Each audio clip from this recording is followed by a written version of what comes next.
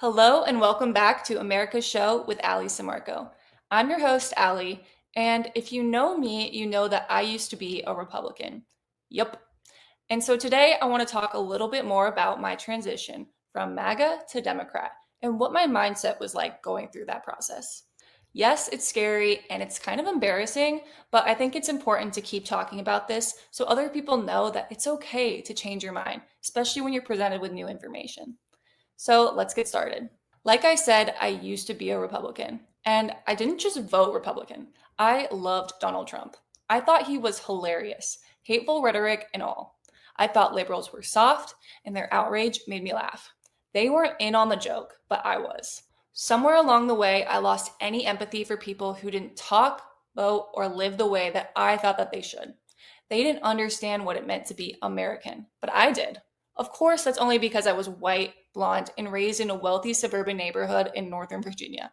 Why couldn't they just be like me? But the way that I thought wasn't how I was born. No one is born with hate or disdain. It's taught, passed down when we're young and impressionable.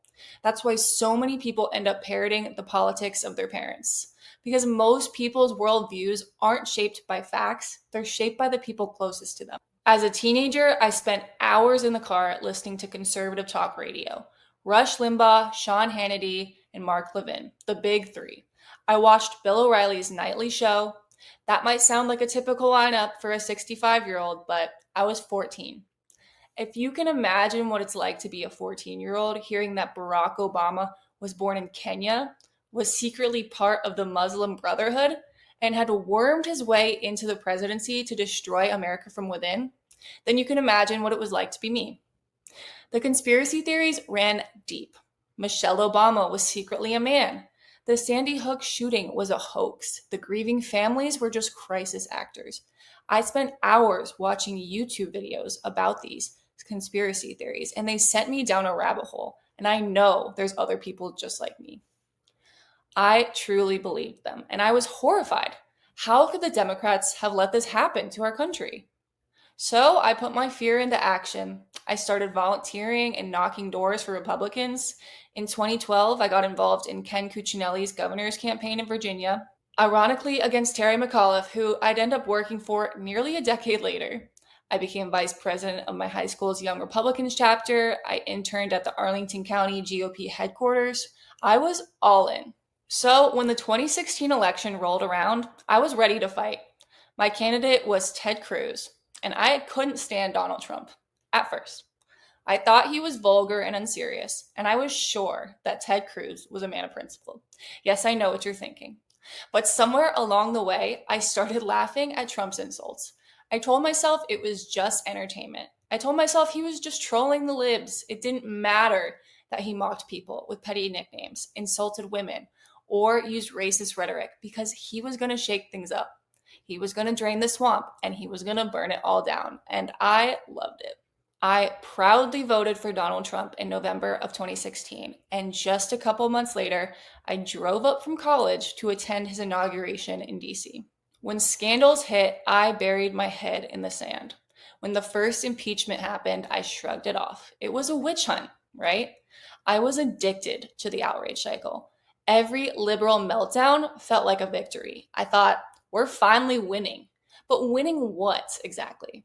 That's how far I had fallen. Not into conservatism, but into cruelty masquerading as politics. Growing up, I had been positive that I wanted to work in politics as an adult. But as I witnessed more of the Trump circus, I just wasn't so sure anymore. When my best friend in college told me she was going to work on Capitol Hill for a Republican congressman after graduation, I cheered her on. But when she encouraged me to do the same, I told her that I didn't think I wanted to be involved in politics right now. So I got a job in technology sales. Yes, fun stuff, after I left college. Then the pandemic hit in 2020. I was working from home, wondering when life was going back to normal, while I watched as the president I once admired treated a global health crisis like a PR problem. He downplayed the virus, he mocked masks, he pushed bleach and hydroxychloroquine, okay, and turned life-saving public health measures into a partisan culture war. Instead of leading, he lied. Instead of uniting the country, he divided it even further than it already was. People were scared, hospitals were overwhelmed, and Trump was busy tweeting and blaming everyone else but himself. That was when I really started to question everything. Not just Trump, too, but the entire conservative movement that I'd bought into for years. Because the truth was, he didn't just hijack the Republican Party, he exposed it for what it was. And what he showed wasn't pretty. The party of family values had rallied behind a man with multiple affairs and a history of hanging out with sexual predators.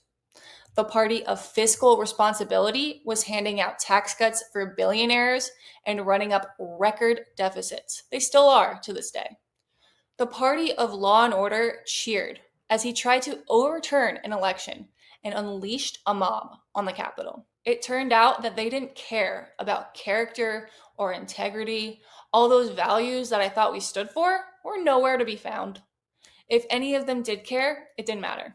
They couldn't stand up to him, not even when he was killing thousands of Americans every day by refusing to encourage mask wearing during a once-in-a-lifetime pandemic. Once I saw that, I couldn't unsee it. So I started to ask myself questions that I didn't want to answer.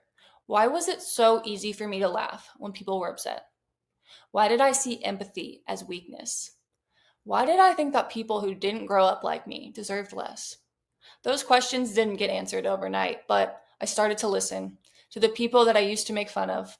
I started to see who was actually fighting for democracy, for equality, and for truth. And it wasn't the side that I was on. I spent months during the pandemic reading books, researching, and recalculating where it all went wrong. Those conspiracy theories about Barack and Michelle Obama weren't true. They were actually just racist. The one about Sandy Hook, a heinous lie. It was easier for Republicans to make up an alternate reality than to live in the one that they created, the one where guns were more accessible than healthcare and just about everything else. The values I thought the GOP stood for turned out to be nothing more than platitudes.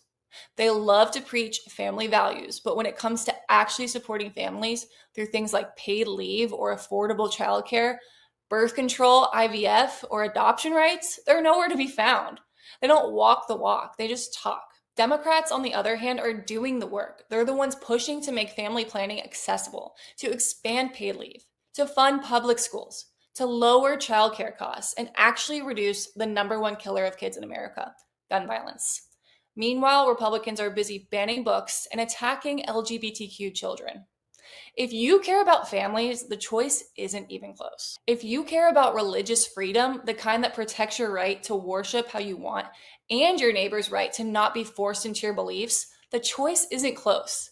If you care about raising the minimum wage, capping prescription drug costs, and expanding access to mental health care, the choice isn't close. Democrats are the only ones fighting for these things. Hell, at this point, if you care about the cost of groceries, national security, and lowering the national debt, Republicans are definitely not your party. So no, I am not a Republican anymore, and I never will be again.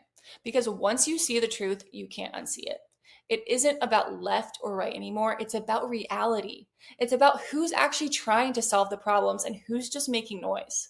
I used to laugh at the outrage, but now I understand why people are angry, because they should be. I should have been too. You don't have to stay loyal to a party that isn't loyal to you.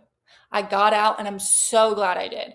Not because Democrats are perfect, but because they're trying. They're fighting for families, for freedom, for fairness, and for truth. And in this moment, that fight is everything. Thank you for watching. And if you're a Democrat, a Republican, or politically homeless, I hope this video helped you a little bit. And if you want to, you should share it with your friends and family because it might help them too. So thank you guys. Thanks for tuning in. And hopefully I'll see you next episode. Bye.